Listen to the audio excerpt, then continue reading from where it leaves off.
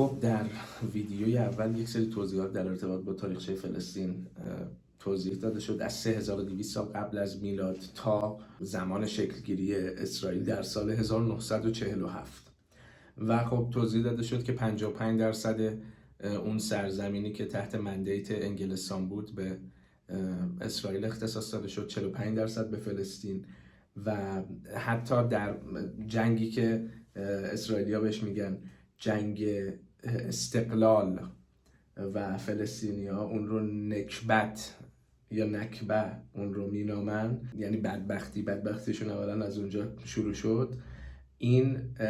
منجر شد که خیلی از فلسطینی ها از سرزمین خودشون بیرون رانده بشن، یعنی سرزمین جایی که خونشون بود از ترس حمله یا از دست دادن جونشون و اینا یا به زور دیپورت شدن، بیرون رانده شدن از جایی که قانونا سکونت داشتن و بعضا نتونستن برگردن. این تحول باعث شد که در دسامبر 1948 مجمع عمومی سازمان ملل بیاد قطعنامه‌ای رو تصویب کنه که بگه آقا اونایی که شما در واقع از کشورتون بیرون رونده شدید شما حق بازگشت دارید، یک حق پذیرفته شده مسلم حقوق بشریه. شمایی که از کشورت بیرون رانده شدی حق بازگشت داری به خونه خودت و همچنین برای این آوارگی و این بیچارگی که داشتید و اینها یک کامپنسیشن یا جبران خسارتی هم در نظر گرفت. این قطعنامه سال بعدش مجدد تمدید شد ولی توسط اسرائیل اساساً رعایت نشد، مورد احترام قرار نگرفت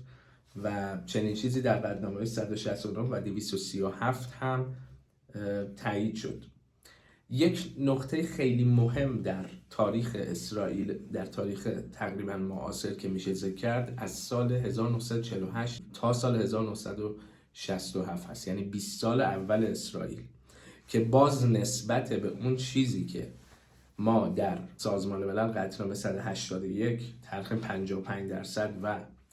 45% بود، خب خیلی اسرائیل پیشروی کرد به صورت غیر قانونی. اتفاقی که افتاد این بود که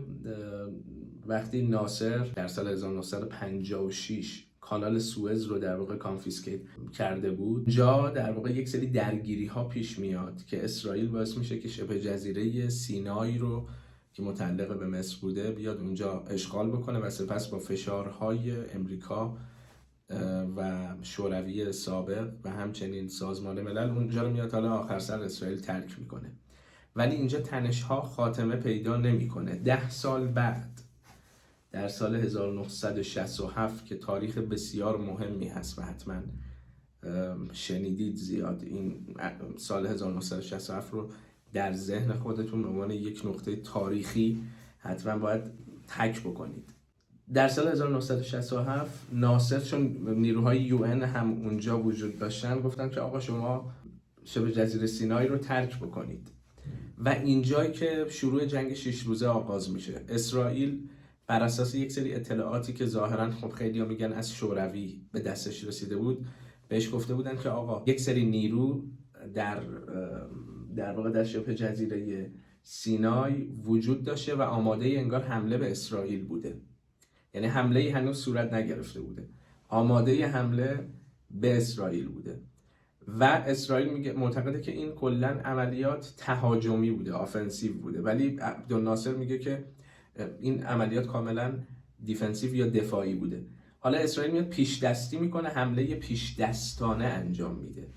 یعنی چیزی که در حقوق بین الملل هست تئوری ضعیفیه نسبتاً که هنوز که حمله نشده یا حمله اگر بر شما حمله از جانب دولتی قریب الوقوع باشه شما میتونید دفاع کنید. این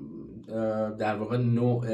تفسیر از استثناء اصل توسل به زور به نظر نمیرسه که در واقع جزء حقوق بین الملل عرفی باشه و پایه های ضعیفی داره و مغایر با اصل. حالا اتفاقی که افتاد این بود که اسرائیل جنگ 6 روزه رو راه انداخت، چیزی که میگیم 6 day war در سال 1967 و در اون جنگ 6 روزه، یعنی شما حتی اگر اینجا 2 تا بحث هست از لحاظ حقوق بین المللی، ناچاریم بررسی کنیم وقایع تاریخی رو. 2 بحث هست. یک این که وقتی به کلن فرض کنیم که ما بپذیریم که preemptive self defense یا دفاع مشروع پیش دستانه در حقوق بین الملل مشروع است، خب دفاع صرفاً باید اولا متناسب باشه، ضرورت داشته باشه و هیچ وقت دفاع مشروع نباید به اشغال یا دستیابی و الحاق غیرقانونی سرزمین منجر بشه. این درش تردیدی نیست. یعنی من دولت نمیتونم خودم دفاع بکنم و در دفاعم برم یک جا رو اشغال بکنم. یعنی چنین چیزی از اصول مسلم حقوق بین المللی. اگر این گونه باشد هر دولتی زمانی که داره متوسل به دفاع مشروع میشه میتونه یک جنگ را بندازه و به این صورت اساساً هدف منشور ملل متحد رعایت نمیشه و سنگ روی سنگ بند نمیشه. هدف سازمان ملل این بود که امنیت بین المللی حاصل بشه، یکی از اهداف.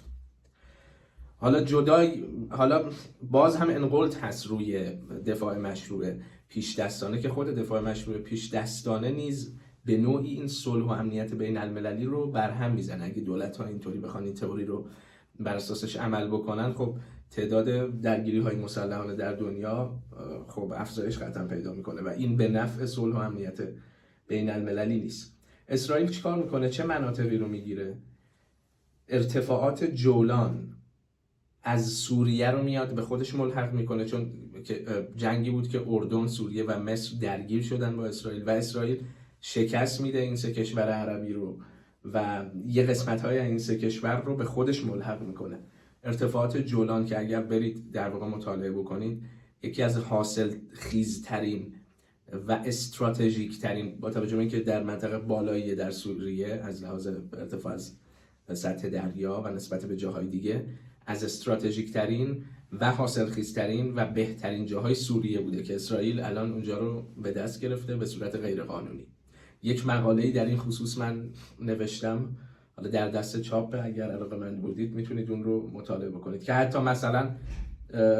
اونجا کارخونه‌های مشروب سازی خیلی بزرگی زده و از منابع طبیعی کشور سوریه به صورت غیرقانونی داره استفاده میکنه و در راستای توسعه تجارت خودش اینها رو بهره برداری میکنه. پس اومد ارتفاعات جولان از سوریه، شبه جزیره سینای و نوار غزه از مصر رو الحاق به خودش کرد و تصرف کرد و همچنین کرانه باختری رو و همچنین اورشلیم شرقی رو از اردن. بنابراین اینها رو در سال 1967 اومد اسرائیل ملحق کرد به خودش. این قسمت ها مال تحت صلاحیت سه کشور متفاوت بودن که عرض شد. بنابراین چنین چیزی منطبق بر اون قطعنامه 181 هم نیست. و خب ما طبق ماده 2 منشور بند 4 تحصیل سرزمین از راه جنگ هم امری است کاملا مغایر با حقوق بین الملل و غیر مجاز. این هم مسئله ایه که در واقع باید خاطر نشون کرد و در واقع مورد اشاره قرار داد. البته یک نکته ای که اینجا خیلی حائز اهمیته، قطعنامه شورای امنیت 242 که صادر شد و این الحاق سرزمین های در واقع پس از 1967 رو تماما غیرقانونی خوند. یعنی این انکسیشن رو کاملا غیرقانونی و باطل خوند. حتی اونجا آمریکا و انگلیس و دولت ها همه رأی مثبت دادن. یه قطعنامه‌ای بود که با اجماع تمامی اعضای شورای امنیت در واقع تصویب شد و این هم خیلی مهمه. بنابراین حتی دولت‌های غربی که حامی اصلی اسرائیل بودن در اون زمان از این عمل حمایت نکردن. یه 20 سال دیگه ای هست از سال 1967 تا 1987 که اتفاقات خیلی مهمی میفته، تحولات مهمی میفته که مهمترین هاش رو من بیان میکنم. یکی از حالا مهمتریناش، البته یکم قبل از 1967، در سال 1964 PLO یا سازمان آزادی بخش فلسطین تأسیس میشه برای اینکه این مسائل جهان عرب رو در ارتباط با فلسطین بیاد در واقع حل بکنه و فلسطین رو آزاد بکنه. یعنی اهدافشون این بوده و همچنین هدفش این بود که در وهله اول کل فلسطین رو ما آزاد کنیم، یعنی بتونیم از لحاظ نظامی قوی تر بشیم، از لحاظ حالا نظامی، سیاسی، اقتصادی قوی تر بشیم، کل فلسطین رو از دست اسرائیل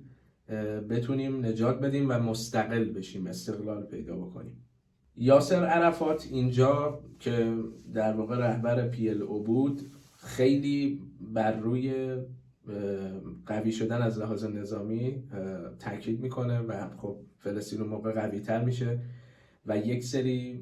درگیری های مسلحانه بین اسرائیل و همچنین فلسطین رخ میده که حالا 2 حمله معروفی که فلسطین نسبت به اسرائیل اینجا انجام داده، یکی در واقع هواپیما ربایی که در همون دهه انجام میشه و همچنین حمله سپتامبر سیاه به تیم المپیک اسرائیل هست که حالا این 2 البته منجر نمیشه که اینها به هدفشون برسن فلسطینی ها. اینها باعث میشه که در دهه 1970 فلسطین به یک راه حل سیاسی برسه و همچنین هدفشون رو میان تغییر میدن، میگن دیگه آقا ما هدفمون این نباشه که کل فلسطین رو بیایم آزاد بکنیم، حالا که نمیتونیم کل فلسطین رو آزاد بکنیم بیایم تو استیت سولوشن یا راه حل 2 دولت رو بپذیریم و رو به جلو بریم و بنا به این باشه که اورشلیم شرقی، کرانه باختری و همچنین غزه، نوار غزه، یعنی این فلسطین باشه، حالا بقیه قسمت ها دست اسرائیل. یعنی بیایم سر این توافق بکنیم. اتفاقی که اینجا میفته، PLO یعنی همین سازمان آزادی بخش فلسطین پس از اشغال کرانه باختری میره خودش در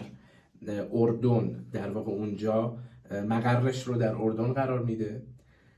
و این مداخلات سیاسی که داشته باعث میشه که در واقع پادشاه اردن حسین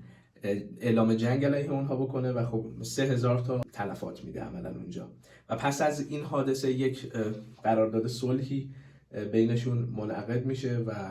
طبق اون قرارداد صلح PLO مقرش رو تغییر میده به لبنان. در سال 1973 یک تحول بسیار مهم رخ میده و اون جنگ یوم کیپر وار هست که جنگ یوم کیپر مجدداً حدود 6 سال پس از این جنگ 6 روزه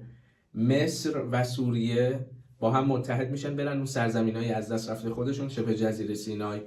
نوار غزه و از اون طرف سوریه هم ارتفاعات جولان رو برن پس بگیرن. اینجا در واقع چون طبیعتاً اسرائیل اینها رو، مناطق رو عرض کردیم که به صورت غیرقانونی گرفته بود، این در واقع تلاش کشورهای عربی باز با توجه به حمایتی که آمریکا، حمایت نظامی و اقتصادی که آمریکا اون زمان به اسرائیل کرد، باز در واقع ناکام میمونه و کشورهای عربی متاسفانه نمیتونن در واقع مجددا سرزمین هایی که از دست داده بودن رو بتونن پس بگیرن. حالا یه اتفاقاتی میفته، اوپک باز یک سری